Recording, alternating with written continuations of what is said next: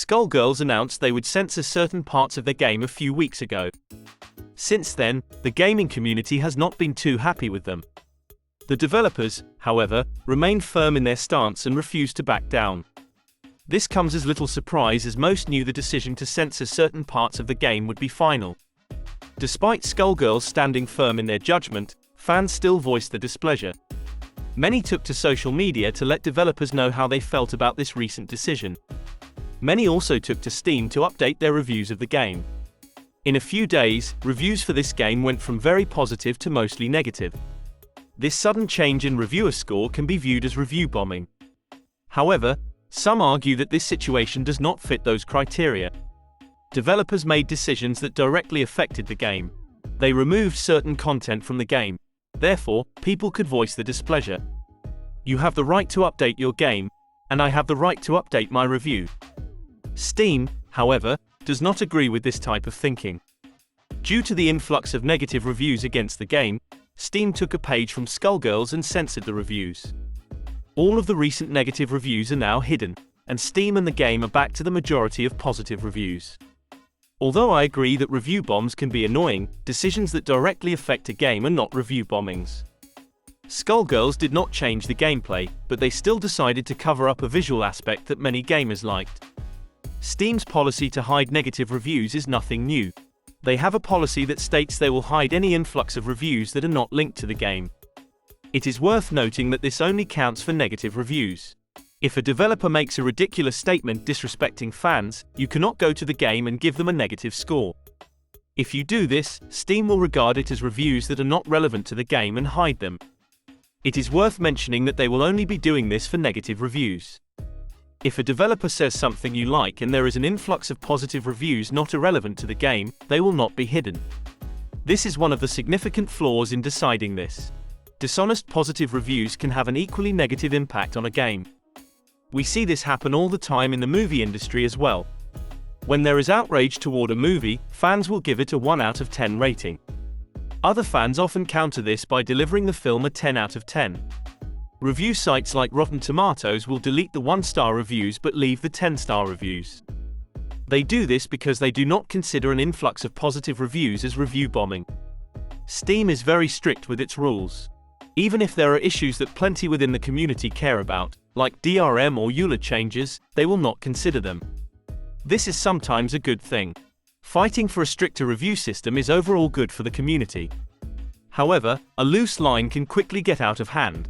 While game reviews should be about the game, censoring in-game content is very relevant. You have the right not to like that, and you have the right to voice it.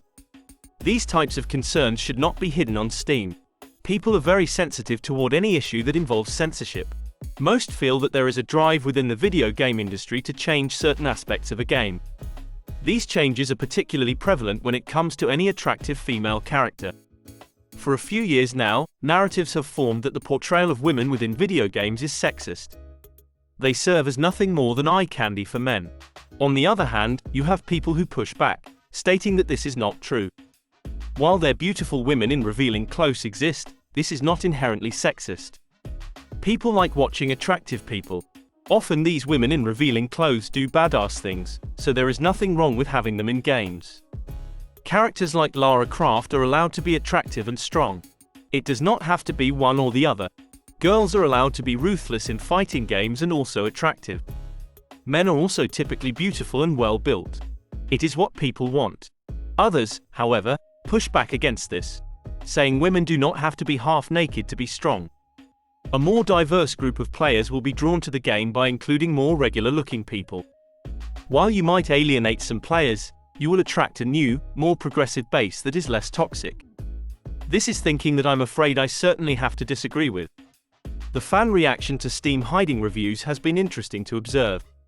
Most agree that it is not a good look for them. While Steam argues that these complaints are irrelevant to the game, fans state that potential buyers deserve to know they won't get the game as advertised. Skullgirls uses particular images in their promotional material to attract fans. Since fan service exists for a reason, some might go over and buy the game because of this reason. The developers might no longer want this crowd, but the buyers have the right to know things. If your trailers on YouTube show one thing and the game is entirely different, then it would be deceptive marketing. Skullgirls insist these changes remain, so they must update their current trailers and posters.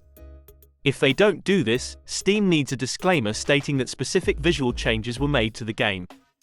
You can't sweep these changes under the rug and hide any reference to them.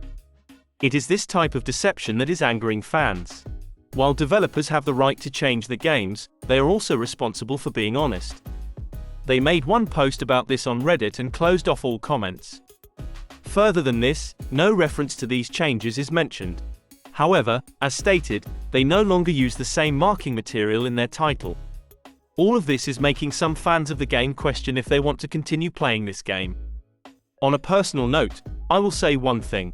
Boycotts never work, and fans should not attempt it. If you still enjoy the gameplay, you should continue playing the game.